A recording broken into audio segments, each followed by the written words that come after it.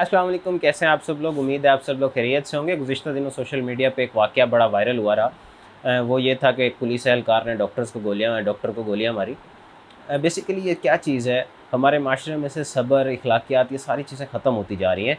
ये सिर्फ़ एक हॉस्पिटल के लेवल पे नहीं, हमारे घर से ये चीज़ शुरू होती है। घर में, स्कूल में, कॉलेज में, यूनिवर्सिटी में, गली मोहल्ले और एक्सीडेंट्स पे, रोड्स में, हर चीज़ में हमारा यही रवैया है। घर में अगर बाप अपने बेटे को रोक देता है कि यार ये हरकत इस तरह से नहीं करनी, वो क्यों रोक रहा होता है, वो इस्लाह के लिए रोक रहा होता है, लेकिन बेटे के पास ऐसी तेवरी चढ़ जाती है कि ये होता कौन है कहने वाला है, इसने मुझे इस तरह से कह क्यों दिया। इसी तरह जब सड़कों पे निकलते हैं, एक्सीडेंट हो जाता है खुदा ना खास्ता, और अगर अगला बंदा आपसे कमज़ोर है तो हम करते क्या हैं, 2-4 रसीद कर देते हैं और मुँह से गालियाँ, तरह तरह की गालियाँ देना शुरू कर देते हैं। क्या ये वो तरीका है जो हमारे असातिज़ा ने, हमारे वालिदैन ने हमें सिखाया?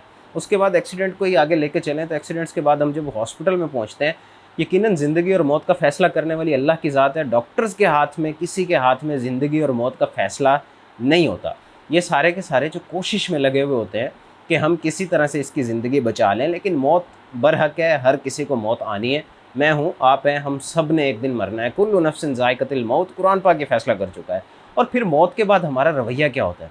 अगर कोई मर गया तो उसके बाद हम जाके डॉक्टर्स की फैंटी लगाना शुरू कर देते हैं कि ये वो चीज़ है जो हमें सिखाई गई थी, या डॉक्टर की फैंटी लगाने से वो बंदा वापस आ जाता है। डॉक्टर्स भी दूध के धुले ना होंगे, ठीक है, बदतमीज़ी करते हैं और डॉक्टर्स को भी ये बदतमीज़ी किसी सूरत ज़ेब नहीं देती।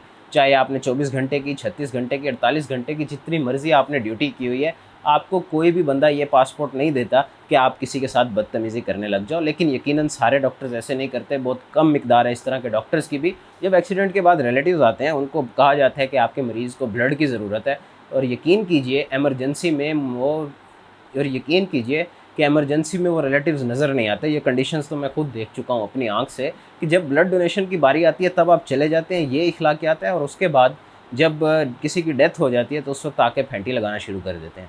ये सिर्फ हॉस्पिटल्स तक भी मुहित नहीं है, ये बात मैं बार-बार कर रहा हूँ। एक टीचर ने गुज़िश्ता दिनों मुल्तान का ही वाक़या है, एक टीचर ने अपने स्टूडेंट्स को रोका किसी बात से, उस वजह से रोका गया और स्टूडेंट्स ने क्या किया, बाहर टीचर कहीं मिला, उसको पकड़ा और उसको मारा।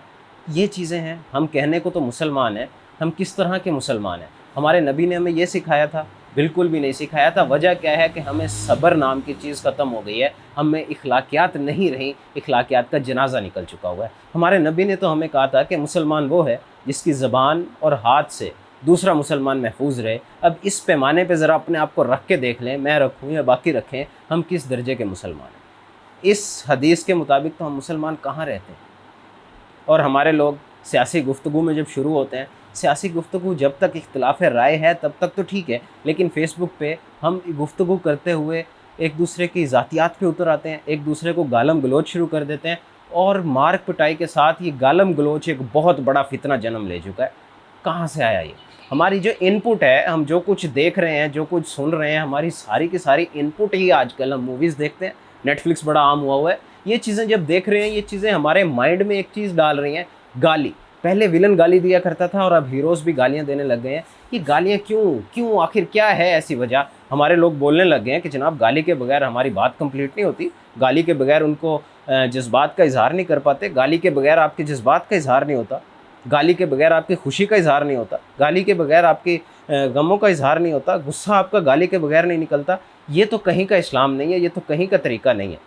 अल्लाह ने जिस्म बनाया मट्टी से, और मट्टी की तमाम तर ग़िज़ा, यानी इस जिस्म की तमाम तर ग़िज़ा मट्टी से उगाई। इवन हमारा कपड़ा कॉटन, ये भी हमें ज़मीन से निकाल के दी, जबकि रूह जो है वो पैदावार आसमान की है, और हमें ये सारी चीज़ें आसमान से दी गई हैं। और हम क्या गाली गलौच इस तरह से आके ये चीज़ों को सही करेंगे? गाली गलौच बिल्कुल भी चीज़ों को हल करने का कोई तरीका नहीं है। रसूल अकरम सल्लल्लाहु अलैहि वसल्लम ने फरमाया था कि अगर तुम ज़बान की और अपनी शर्मगाह की मुझे ज़मानत दे दो तो मैं तुम्हें जन्नत की ज़मानत देता हूँ। और क्या हम ये ज़मानत दे रहे हैं रसूल अकरम सल्लल्लाहु अलैहि वसल्लम को अपनी ज़बान की? हमारी गाली के बगैर बात ही मुकम्मल नहीं होती। खैर, ये सारा मौजू जो करने का मकसद था, हमारी इखलाकियात और हमारी ज़बान। हमारे पास सलूशन क्या है ये सारी चीज़ें ख़त्म करने का? अगर इंसान अपनी ज़बान को, अपने दिल को, अपने दिमाग को साफ़ कर ले और इन पर काबू पा ले, तो ये सारे के सारे मसाइल हमारे ठीक हो सकते हैं। ज़बान से हम ख़्याल करें, ज़बान का गालम गलोच बिल्कुल ख़त्म कर दें। अगर किसी से तकल्लुफ़ से पेश आ भी जाते हैं तो इसमें क्या हर्ज है? हमें एक दूसरे का ख्याल करना चाहिए। वही हदीस मैं दोबारा बताऊंगा, मुसलमान वो है जिसकी ज़बान और हाथ से दूसरा मुसलमान महफूज रहे। अगर हम इसी चीज़ को फोकस करते रहे किसी के ऊपर आवाज़ ऊंची ना करें, किसी पे हाथ ना उठाएं, तो क्या माशरे की ये ख़राबियाँ बाकी रह जाएंगी?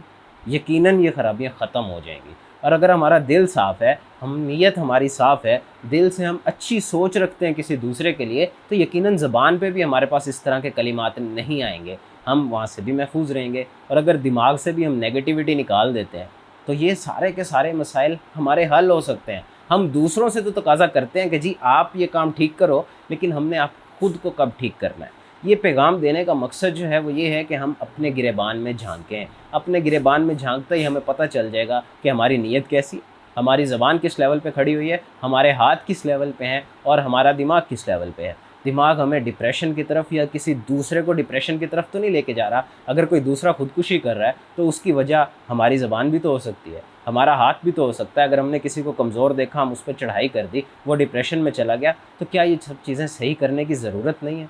इन सब चीज़ों को यकीनन सही करना चाहिए। इस वीडियो का मकसद किसी को नुकसान पहुंचाना नहीं है, सिर्फ़ और सिर्फ मेरी और आपकी ये याद दहानी कराना है कि ये मसला हमारी सोसाइटी में बढ़ता जा रहा है और बढ़ता ही जा रहा है। इसको रोकने की और सही करने की अशद ज़रूरत है। उम्मीद है ये पैगाम पसंद आया होगा। अपना ख्याल रखिएगा। अल्लाह हाफ़िज़।